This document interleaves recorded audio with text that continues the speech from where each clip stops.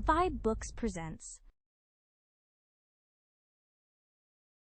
Anne of Green Gables by Lucy Maud Montgomery. Chapter 6.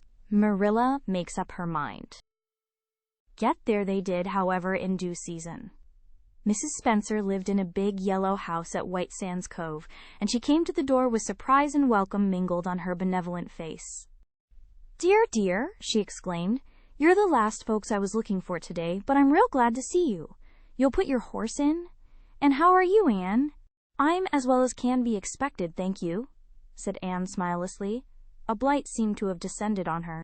"I suppose we'll stay a little while to rest the mare," said Marilla. "But I promised Matthew I'd be home early. The fact is, Mrs. Spencer, there's been a queer mistake somewhere, and I've come over to see where it is.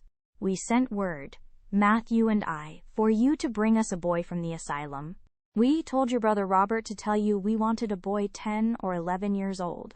"Marilla Cuthbert, you don't say so," said Mrs. Spencer in distress. "Why, Robert sent word down by his daughter Nancy, and she said you wanted a girl, didn't she, Flora Jane?" appealing to her daughter who had come out to the steps. "She certainly did, Miss Cuthbert," corroborated Flora Jane earnestly. "I'm dreadful sorry," said Mrs. Spencer. "It's too bad, but it certainly wasn't my fault, you see, Miss Cuthbert. I did the best I could, and I thought I was following your instructions. Nancy is a terrible flighty thing. I've often had to scold her well for her heedlessness." "It was our own fault," said Marilla resignedly. "We should have come to you ourselves and not left an important message to be passed along by word of mouth in that fashion. Anyhow, the mistake has been made, and the only thing to do now is to set it right. Can we send the child back to the asylum? I suppose they'll take her back, won't they?" "I suppose so," said Mrs. Spencer thoughtfully, "but I don't think it will be necessary to send her back. Mrs. Peter Blewett was up here yesterday, and she was saying to me how much she wished she'd sent by me for a little girl to help her. Mrs. Peter has a large family, you know, and she finds it hard to get help. Anne will be the very girl for her. I call it positively providential." Marilla did not look as if she thought Providence had much to do with the matter. Here was an unexpectedly good chance to get this unwelcome orphan off her hands, and she did not even feel grateful for it. She knew Mrs. Peter Blewett only by sight as a small, shrewish-faced woman without an ounce of superfluous flesh on her bones. But she had heard of her. A terrible worker and driver Mrs. Peter was said to be, and discharged servant girls told fearsome tales of her temper and stinginess, and her family of pert, quarrelsome children. Marilla felt a qualm of conscience at the thought of handing Anne over to her tender mercies. "Well, I'll go in and we'll talk the matter over," she said. "And if there isn't Mrs. Peter coming up the lane this blessed minute!" exclaimed Mrs. Spencer, bustling her guests through the hall into the parlor, where a deadly chill struck on them as if the air had been strained so long through dark green, closely drawn blinds that it had lost every particle of warmth it had ever possessed. "That is real lucky, for we can settle the matter right away. Take the armchair, Miss Cuthbert. Anne, you sit here on the ottoman and don't wriggle. Let me take your hats. Flora Jane, go out and put the kettle on. Good afternoon, Mrs. Blewett. We were just saying how fortunate it was you happened along. Let me introduce you two ladies. Mrs. Blewett, Miss Cuthbert. Please excuse me for just a moment. I forgot to tell Flora Jane to take the buns out of the oven." Mrs. Spencer whisked away after pulling up the blinds. Anne, sitting mutely on the ottoman, with her hands clasped tightly in her lap, stared at Mrs. Blewett as one fascinated. Was she to be given into the keeping of this sharp-faced, sharp-eyed woman? She felt a lump coming up in her throat and her eyes smarted painfully. She was beginning to be afraid she couldn't keep the tears back when Mrs. Spencer returned, flushed and beaming, quite capable of taking any and every difficulty, physical, mental, or spiritual, into consideration and settling it out of hand. "It seems there's been a mistake about this little girl, Mrs. Blewett," she said. "I was under the impression that Mr. and Miss Cuthbert wanted a little girl to adopt. I was certainly told so. But it seems it was a boy they wanted. So if you're still of the same mind you were yesterday, I think she'll be just the thing for you." Mrs. Blewett darted her eyes over Anne from head to foot. How old are you, and what's your name? She demanded. Anne Shirley, faltered the shrinking child, not daring to make any stipulations regarding the spelling thereof. And I'm 11 years old.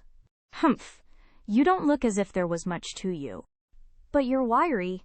I don't know, but the wiry ones are the best, after all. Well, if I take you, you'll have to be a good girl, you know, good and smart and respectful. I'll expect you to earn your keep, and no mistake about that. Yes, I suppose I might as well take her off your hands, Miss Cuthbert. The baby's awful fractious, and I'm clean worn out attending to him. If you like, I can take her right home now. Marilla looked at Anne and softened at sight of the child's pale face with its look of mute misery, the misery of a helpless little creature who finds itself once more caught in the trap from which it had escaped. Marilla felt an uncomfortable conviction that, if she denied the appeal of that look, it would haunt her to her dying day. Moreover, she did not fancy Mrs. Blewett. To hand a sensitive, high-strung child over to such a woman, no, she could not take the responsibility of doing that. Well, I don't know, she said slowly. I didn't say that Matthew and I had absolutely decided that we wouldn't keep her. In fact, I may say that Matthew is disposed to keep her. I just came over to find out how the mistake had occurred. I think I'd better take her home again and talk it over with Matthew. I feel that I oughtn't to decide on anything without consulting him. If we make up our mind not to keep her, we'll send her over to you tomorrow night. If we don't, you may know that she is going to stay with us. Will that suit you, Mrs. Blewett? I suppose it'll have to, said Mrs. Blewett ungraciously. During Marilla's speech, a sunrise had been dawning on Anne's face. First the look of despair faded out, then came a faint flush of hope. Her eyes grew deep and bright as morning stars. The child was quite transfigured, and a moment later, when Mrs. Spencer and Mrs. Blewett went out in quest of a recipe the latter had come to borrow, she sprang up and flew across the room to Marilla. "Oh, Miss Cuthbert, did you really say that perhaps you would let me stay at Green Gables?" she said, in a breathless whisper, as if speaking aloud might shatter the glorious possibility. "Did you really say it? Or did I only imagine that you did?" "I think you'd better learn to control that imagination of yours, Anne, if you can't distinguish between what is real and what isn't," said Marilla crossly. "Yes, you did hear me say just that, and no more. It isn't decided yet, and perhaps we will conclude to let Mrs. Blewett take you after all. She certainly needs you much more than I do." "I'd rather go back to the asylum than go to live with her," said Anne passionately. "She looks exactly like a gimlet." Marilla smothered a smile under the conviction that Anne must be reproved for such a speech. "A little girl like you should be ashamed of talking so about a lady and a stranger," she said severely. "Go back and sit down quietly and hold your tongue and behave as a good girl should." "I'll try to do and be anything you want me if you'll only keep me," said Anne, returning meekly to her ottoman. When they arrived back at Green Gables that evening, Matthew met them in the lane. Marilla from afar had noted him prowling along it and guessed his motive. She was prepared for the relief she read in his face when he saw that she had at least brought Anne back with her. But she said nothing, to him, relative to the affair, until they were both out in the yard behind the barn milking the cows. Then she briefly told him Anne's history and the result of the interview with Mrs. Spencer. "I wouldn't give a dog I liked to that Blewett woman," said Matthew with unusual vim. "I don't fancy her style myself," admitted Marilla, "but it's that or keeping her ourselves, Matthew. And, since you seem to want her, I suppose I'm willing, or have to be. I've been thinking over the idea until I've got kind of used to it. It seems a sort of duty. I've never brought up a child, especially a girl, and I dare say I'll make a terrible mess of it. But I'll do my best. So far as I'm concerned, Matthew, she may stay." Matthew's shy face was aglow of delight. "Well now, I reckoned you'd come to see it in that light, Marilla," he said. "She's such an interesting little thing." "It'd be more to the point if you could say she was a useful little thing," retorted Marilla. "But I'll make it my business to see she's trained to be that. And mind, Matthew, you're not to go interfering with my methods. Perhaps an old maid doesn't know much about bringing up a child, but I guess she knows more than an old bachelor." So you just leave me to manage her. When I fail, it'll be time enough to put your oar in. There, Marilla, you can have your own way, said Matthew reassuringly. Only be as good and kind to her as you can without spoiling her. I kind of think she's one of the sort you can do anything with, if you only get her to love you. Marilla sniffed, to express her contempt for Matthew's opinions concerning anything feminine, and walked off to the dairy with the pails. I won't tell her tonight that she can stay, she reflected, as she strained the milk into the creamers. She'd be so excited that she wouldn't sleep a wink. Marilla Cuthbert, you're fairly in for it.